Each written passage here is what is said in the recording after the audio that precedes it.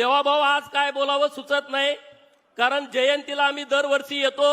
मी 10वीला असल्यापासून जयंतीला येतोय, पण अहिल्यादेवी भाषणात सांगणारे आणि अहिल्यादेवींचं नाव भाषणात घेणारे महाराष्ट्रात अनेक राज्यकर्ते आहेत, परंतु कृती शून्य. आम्ही एक आंदोलन करायचो, सरकारनं अहिल्यादेवींची जयंती साजरी करावी. 4 ओळीचा शासन निर्णय सरकारनं काढणं अपेक्षित होतं, परंतु हे सगळे लोक सिनियर लोक आहेत, तरुण पोर आहेत, रोज आंदोलन. मागणी काय?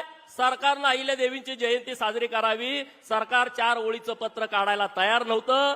देवाभाऊ आपण मुख्यमंत्री झाला आणि 4 ओळीचा शासन निर्णय आला आणि मग महाराष्ट्रामध्ये आनंदाचं वातावरण झालं. अहिल्यादेवी म्हणल्या होत्या की राजकर्ती जमात बना.